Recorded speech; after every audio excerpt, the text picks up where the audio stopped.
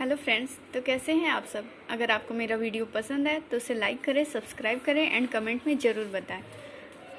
जो हमने last video में पढ़ा था मसल्स के बारे में, स्टार्टिंग से बताती हूँ। मसल्स के बारे में हमने पढ़ा था। मसल्स में फ्लैचुलर मूवमेंट, ये सब skeletal muscles, visceral muscles and cardiac muscles, ठीक है। 3 टाइप्स के मसल्स होते हैं। उसके अलावा हमने मसल बंडल्स में पढ़ा था। मसल बंडल्स आर फेसिकल्स उसी को कहते हैं। मसल बंडल्स के अंदर क्या होता है, मसल फाइबर्स होता है। यहाँ दिखाया भी गया है, ये मसल फाइबर्स है। मसल फाइबर्स के अंदर मायोफिब्रिल्स और मायोफिलामेंट्स इंपॉर्टेंट कैरेक्टरिस्टिक्स फीचर्स होते हैं, ठीक है। ये मायोफिब्रिल्स में डार्क एंड लाइट बैंड्स होते हैं, जिसको एक्टिन एंड मायोसिन प्रोटीन कहा जाता है। एक्टिन जो होता है लाइट बैंड होता है और मायोसिन डार्क बैंड होता है, जिसको मैंने आपको याद करने के लिए डैम यानी कि डार्क बैंड, ठीक है। ए बैंड भी इसको कहते हैं। मायोसिन प्रोटीन होगा। लाई यानी कि light band and actin protein होगा। आई बैंड भी कहते हैं। लिया भी इसको कहा जाता है, थिनर होता है, ठीक है। A band are anisotropic band होता है। हमने यहाँ तक पढ़ा था एक्टिन मायोसिन प्रोटीन क्या होता है, उसके वहाँ तक पढ़ा था, ठीक है। आगे देखते हैं। Both the proteins are arranged as rod-like structures parallel to each other and also to the longitudinal axis of the myofibrils। जैसे इस डायग्राम में दिखाया गया है, दोनों जो वो है प्रोटीन है वो एक दूसरे के पैरेलल में होते हैं। ये आपका जो ये डार्क रेड वाला दिखाया गया है ये ए बैंड है, ठीक है। डैम जो बनाता है डार्क है, ए बैंड है, मायोसिन प्रोटीन कंटेन करता है, ठीक है। एंड ये जो है ये लाइट में जो है ये लिया है और लाई है। याद करने के लिए मैंने बताया था लाइट बैंड है, एक्टिन प्रोटीन कंटेन करता है एंड आई बैंड कहा जाता है। यहाँ आई बैंड बहुत क्लियर नहीं दिखाया गया, आई बैंड है, ठीक है। ये वाला है एंड ये वाला है, ये लाइट पिंक में है। और डार्क रेड में जो है ये ए बैंड है, मायोसिन प्रोटीन है और ये एक्टिन प्रोटीन है। एक्टिन प्रोटीन जो है लाइट बैंड जो है इसके सेंटर में एक फाइबर होते हैं जिसको जेड लाइन कहा जाता है, ठीक है। 2 जेड लाइन के बीच का जो पोर्शन होता है ये भी जेड लाइन है, ये भी डार्क ब्लैक से जो है जेड लाइन है। 2 जेड लाइन के बीच के पोर्शन को सार्कोमेयर कहा जाता है, ठीक है। सार्कोमेयर जो होता है फंक्शनल यूनिट होता है। एंड एच जोन जो होता है मायोसिन प्रोटीन जो होता है, जो थिकर बैंड होता है उसका सेंट्रल पोर्शन, ठीक है, जो थिन फिलामेंट से इंटरसेक्ट नहीं होते हैं, जो पोर्शन फ्री होते हैं सेंट्रल पोर्शन, उसको एच जोन कहा जाता है। जैसे ये पोर्शन जो है बीच का, ये पोर्शन जो गया है इतने दूर का पोर्शन ये फ्री है, इसमें थिन फिलामेंट्स के पैरेलल में नहीं है, केवल थिक फिलामेंट ही दिख रहा है। थिक फिलामेंट का सेंट्रल पोर्शन एच जोन होता है। इसको आगे और अच्छे से एक्सप्लेन करती हूँ, ठीक है। उतना पहले आपको डायग्राम में मैंने समझा दिया, शॉर्ट में आगे बताती हूँ क्या दिया है। Both the proteins are arranged as rod like structures parallel to each other and also to the longitudinal axis of the myofibrils. Myofibrils में ही होते हैं। Actin filaments are thinner as compare to the myosin filament. Actin thinner होते हैं, myosin thick होते हैं, hence are commonly called thin and thick filaments respectively. In the centre of each I band यानी कि एक्टिन प्रोटीन जिसमें होगा, is an elastic fibre called Z line. जो मैंने बताया था यहाँ पे जेड लाइन होता है सेंटर ऑफ आई बैंड के सेंटर में, यानी कि एक्टिन प्रोटीन के सेंटर में जेड लाइन होते हैं which bisects it. The thin filaments are formally attached to the Z lines. Z line से अटैच होते हैं थिन फिलामेंट्स यानी कि actin protein. The thick filaments in the A bands are also thick यानी कि myosin protein. In the A bands क्या बनाता है, डैम बनाता है। कैसे, डार्क होता है, ए बैंड होता है, मायोसिन प्रोटीन होता है और ये थिक होता है। are also held together in the middle of this band by a thin fibrous membrane called M line। M line जो होता है वो सिंपली जानिए मायोसिन प्रोटीन जो होता है, ए बैंड जो होता है उसके मिडिल पॉइंट को कहा जाता है, ठीक है। मिडिल को कहा जाता है। The A and I bands are arranged alternately throughout the length of the myofibrils, alternate में अरेंज होते हैं। The portion of the myofibril between two successive Z lines is considered as the functional unit of contraction and is called sarcomere.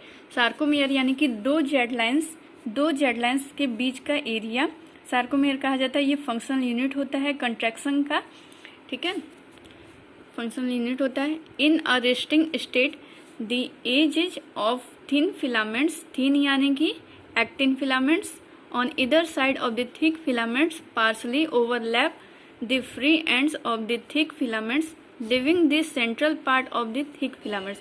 जो मैंने पहले बताया था, ये जो एजेज है जो थिन फिलामेंट्स का, ये पैरेलल में है थिक फिलामेंट्स के, ठीक है। और जो सेंट्रल पार्ट जो पैरेलल में नहीं है, जो फ्री है सेंट्रल पार्ट, उसको एच जोन कहा जाता है। वही चीज़ यहाँ पे दिया है, this central part of thick filament, thick filament यानी कि मायोसिन फिलामेंट का central part not overlapped by thin filaments, thin filament से जो ओवरलैप्ड नहीं है, is called the H zone.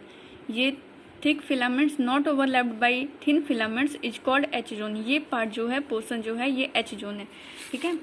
आगे देखते हैं, इसको एक बार नोटबुक से समझाती हूँ आपको। कहाँ गया, यहाँ तक हमने पढ़ा था। आगे देखते हैं, the portion of the myofibril between two successive Z lines, दो सक्सेसिव जेड लाइन्स के बीच का जो पोर्शन होता है, is considered as the functional unit of contraction.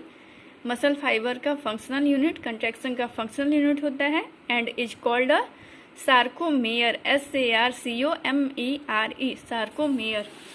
आगे क्या लिखा है मैंने, M line is the middle of the A band, A band यानी कि myosin protein in the thick filament, ठीक है। मायोसिन प्रोटीन का मिडिल लाइन होता है, मिडिल होता है।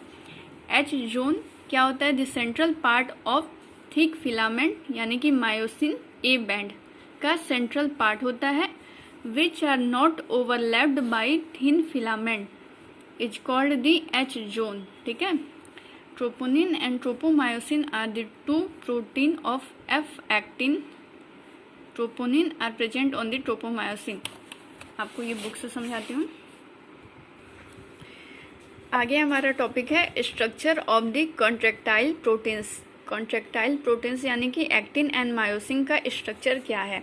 ये आपका डायग्राम ए जो है, ये आपका एक्टिन फिलामेंट का डायग्राम दिखाया गया है, जिसमें दो एफ एक्टिन क्या बोलते हैं, हेलिकली अरेंज्ड होते हैं, ठीक है, हेलिक्स में होते हैं, हेलिकल फॉर्म में होते हैं दो एफ एक्टिन, जिसके ऊपर ट्रोपोमायोसिन प्रोटीन लगा रहता है। एंड ट्रोपोमायोसिन प्रोटीन जो होता है, ये भी पैरेलल में होता है, हेलिकली होता है, उसके साथ साथ लगा रहता है।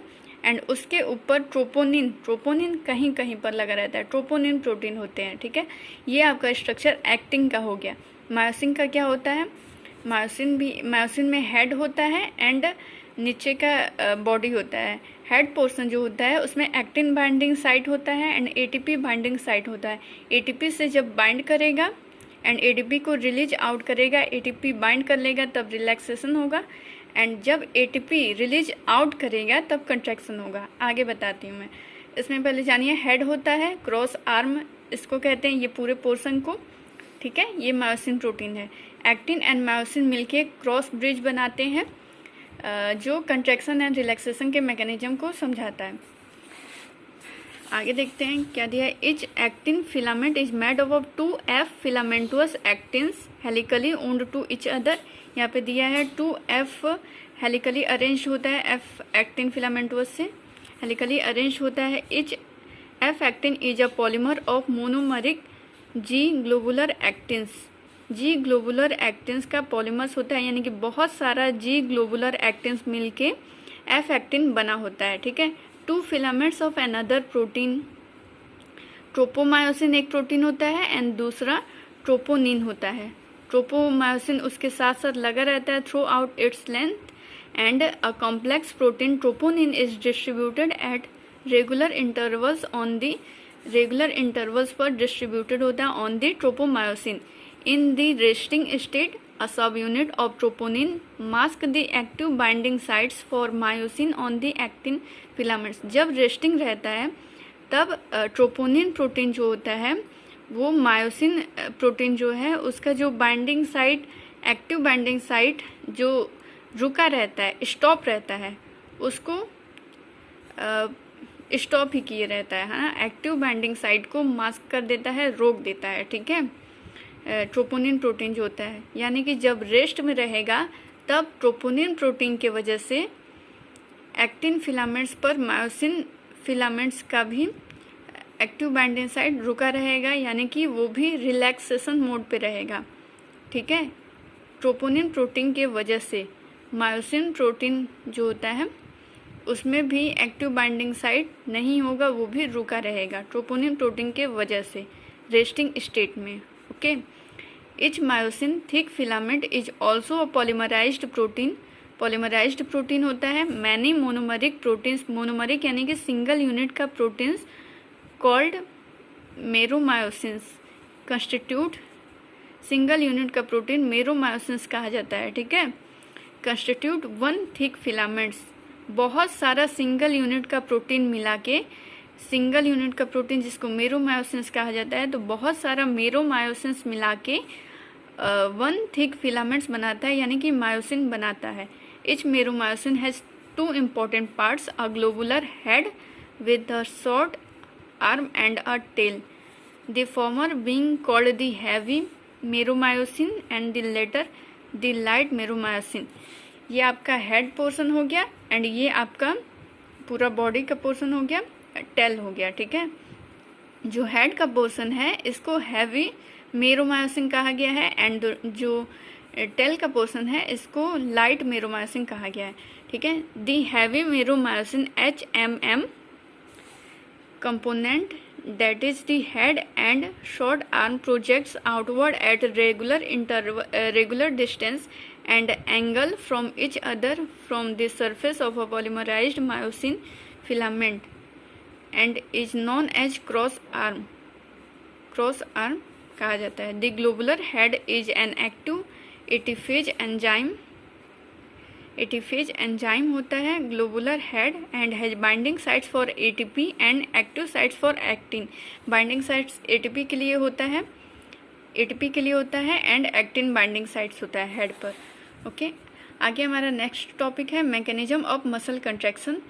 इसको हम अपने नेक्स्ट वीडियो में देखते हैं। Thank you.